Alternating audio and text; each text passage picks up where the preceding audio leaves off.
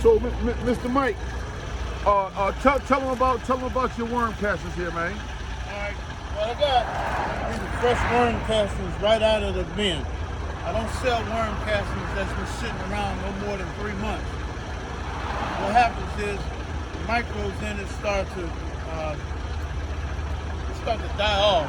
I'm on the side of the road here, and I found this guy online that makes these worm castings, homemade worm castings. And we're going to, we have met him here on the shoulder road. This nice guy came all the way out here to come and see me. And we're going to talk about his worm castings. All right. Breaking down of the bedding that's not been eaten yet, but most of the bedding is already gone. So what kind of bedding do you use? But I use coca core, leaf mold, and I use shredded cardboard, not the colored kind, no glues or anything. Right? And that's it. But I put amendments in my bedding like alfalfa meal, oyster shell flakes, and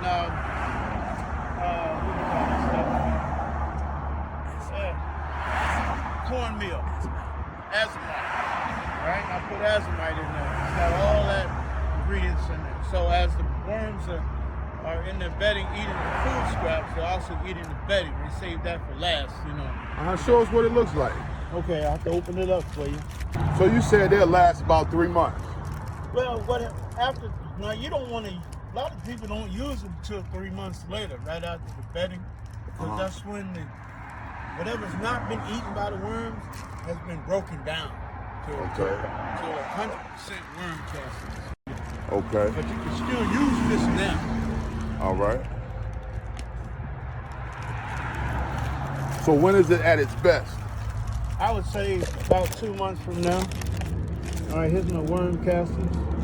Right, you see a little white flakes in there and stuff in there.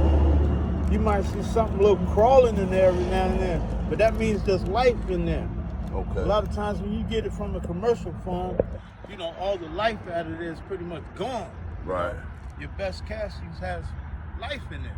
You see all kind of little, maybe some we call it, some like mites in there. They call it springtail mites. They're fine. Right. You know, Those are beneficial, aren't they? Yeah, those are beneficial. Okay. Like you find some worms in there. You might find some little roly-polies in there.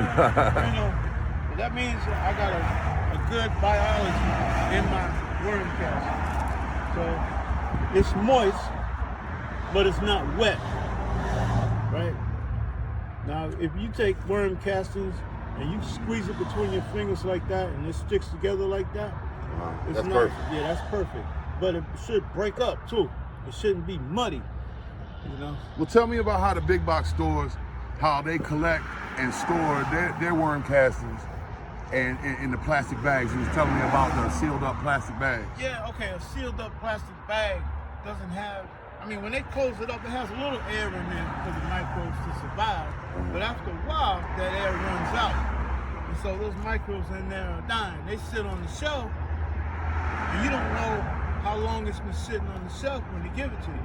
Would that be anything like the compost bags we find like at Home Depot or Lowe's?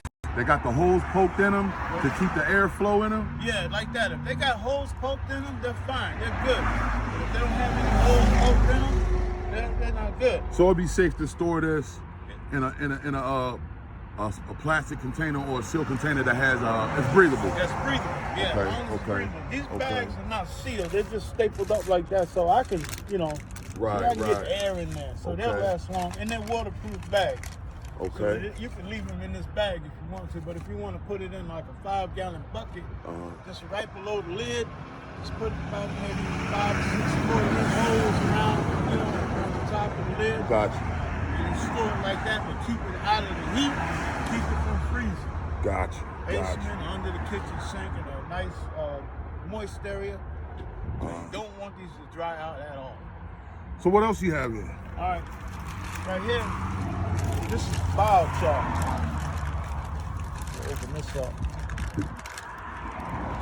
This is biochar that's been inoculated with worm casting. Say that again? Biochar inoculated with worm casting. Okay. Right? Anything else? I use some secret ingredients in there, you know. Some I'll tell you. I put some alfalfa meal in there, and I'll put some kind of carbon source. I might put some cocoa in there.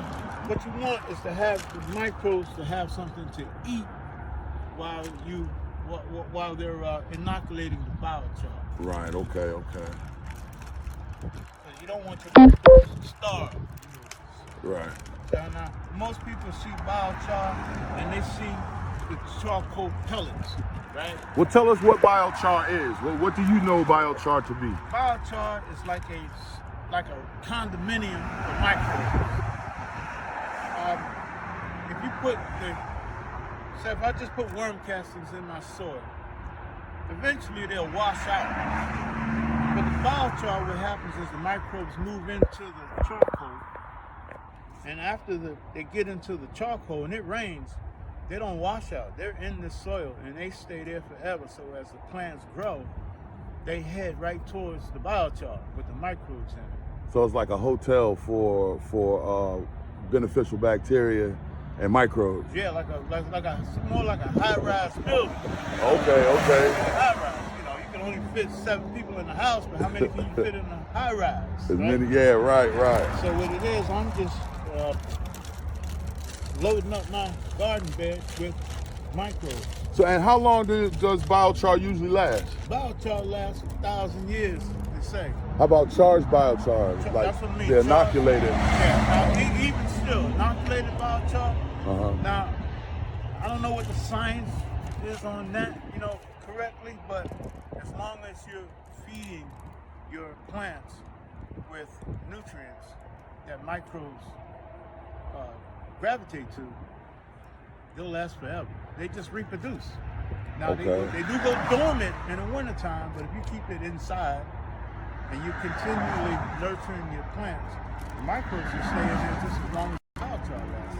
Okay, I got a good question. I don't know if a lot of growers want to know what happens, or what do you know happens to your microbiology when either the soil or your packaging may dry out and you re-moisten it.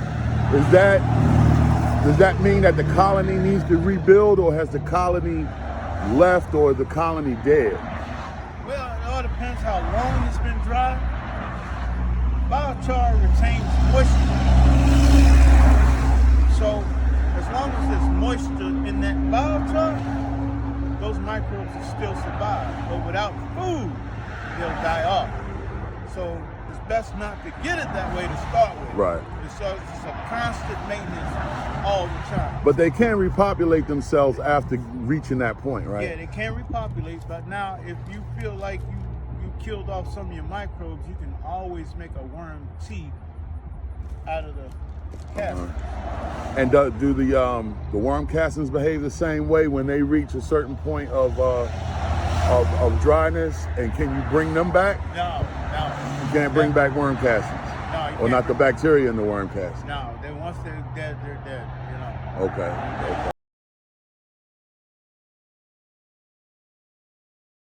To be maintained. So let's see the biochar. Okay, now this is biochar that's been inoculated with worm castings. You can see a couple of worms in there still. All right. Now, squeeze some of the castings off of it. There's the size of the biochar right there. Okay. All right. Now, the microbes have already entered into this biochar.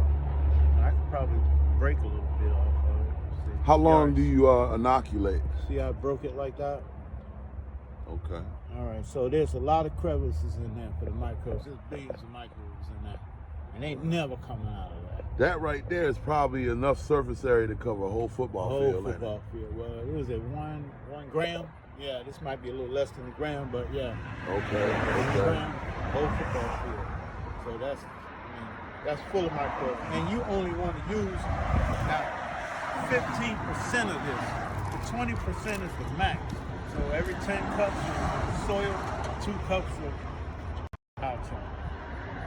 All right, we have to scale that up because I know we're using liters and gallons in the grow world. So we have to make us do a little math on that. Yeah. So But you say that's almost like a 10 to 1 or 2 to 1? 10 to 2. 10 to 2? Yeah. It's a 5 to 1. 5 to 1. Yeah. See, I tell you, we got to do some math. Yeah, 4 to 1. 4 to 1? Yeah, 4 Okay, to 1. okay, I got you. Yeah. Well, and that is the biochar. Yeah, that's and then once you put that in the soil, you can still use the worm castings, but that is a forever amendment, This right? is a forever amendment. Okay, yeah. okay. Like say, worm castings is also a soil amendment, but they go hand in hand. They work both together. You never have to put biochar back in the pot. You're mixing it in. Okay.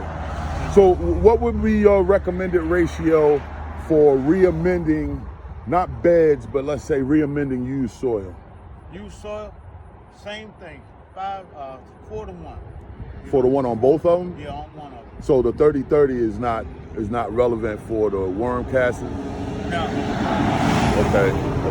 So when I meant 30-30, I meant like 30% your base.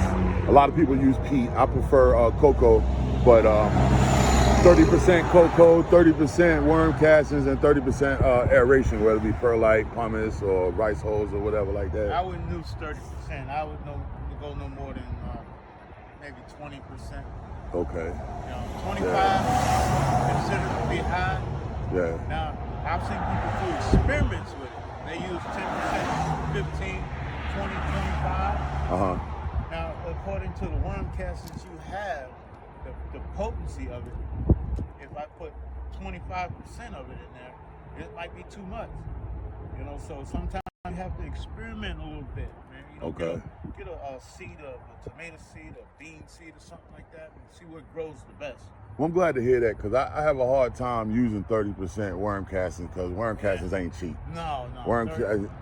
Now your worm castings ain't cheap, but your worm castings are reasonably priced, and they are from what I've seen and from what I know so far, they're valuable and worth it. So if you're ever interested, you want to reach out to Mike Keels, you can reach out him there. That is the organic biochar, and this one right here is the organic worm castings.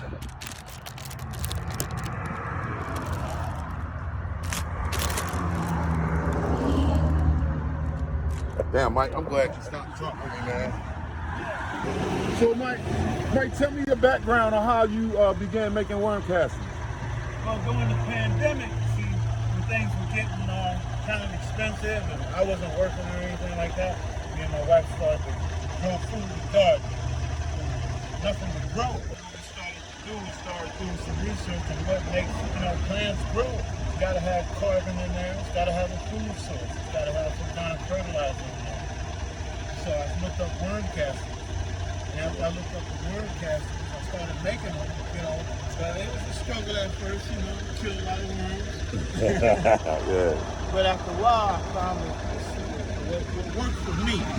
The balance. Yeah, balance. I did look at a lot of videos. But some people live in different climates and they have different ingredients to put in their bedding and everything. Some ladies live on a lake. Some guys live, they get lake water. I didn't get lake water where I'm at. So I built me some rain barrels. I collected rain barrels. And eventually... You said rain barrels and collecting rainwater. Yeah, I got this big IBC totes. I got 2 of them. Okay. I just collect the rainwater and they go right in the tote. When I want some water, I just go back there and get me some water. Okay. And then, so that's what got me into worm casting. When I started seeing my results after about a year and a half, I started seeing the garden grow. And I did a little test. I had one raised bed with no castings, another raised bed with castings, one with castings, took off. Then I got into the biochar.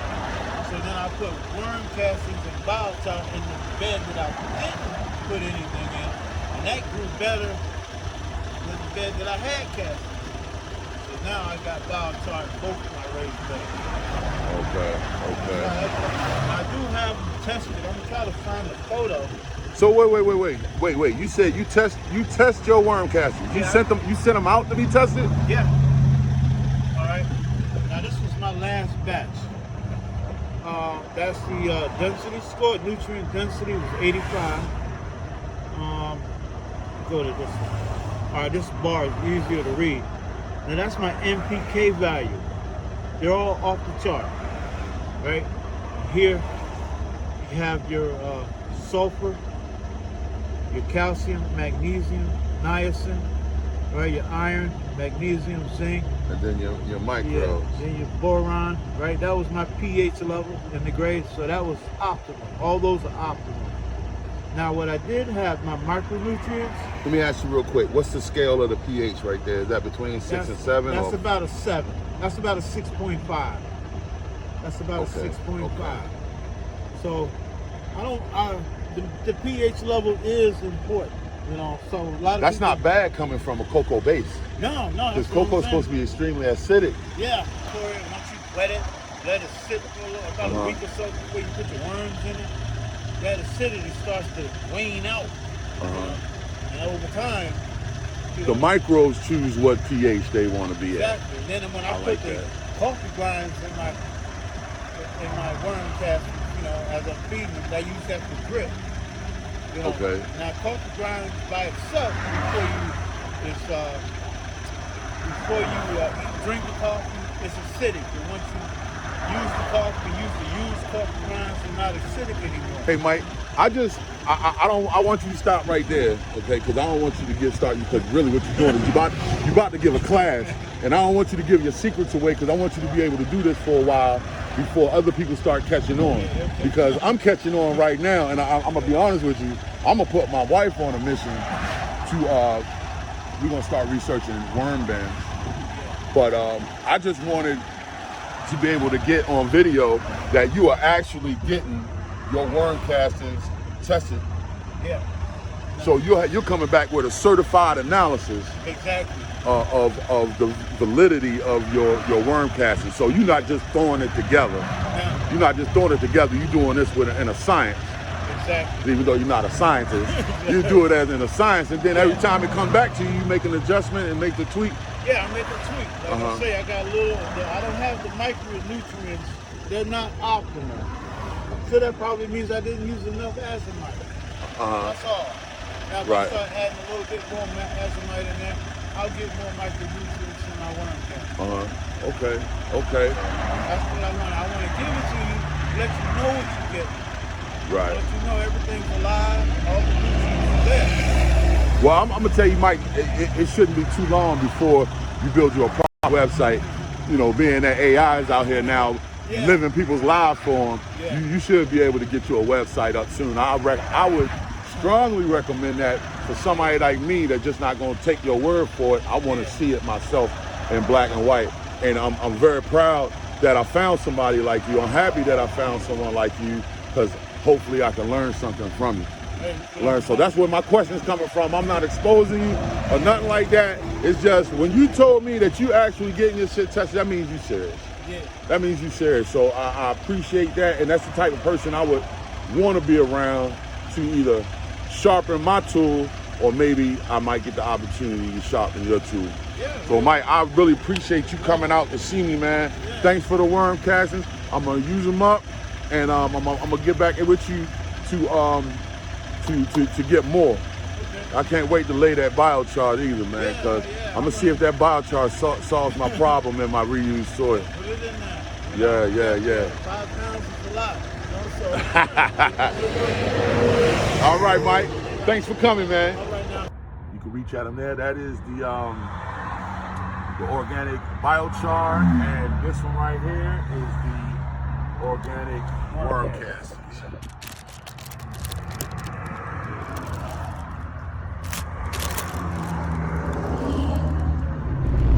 Damn, Mike.